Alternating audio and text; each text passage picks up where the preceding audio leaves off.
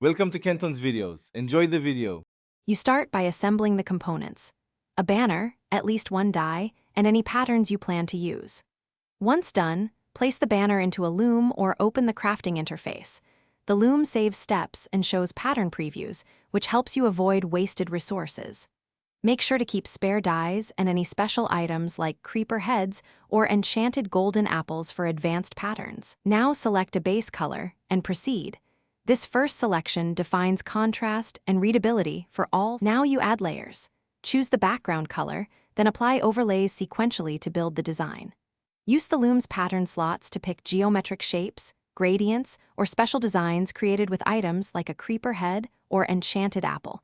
These change pattern availability and visual complexity. Apply one die per layer and preview after each application so contrast and alignment remain clear.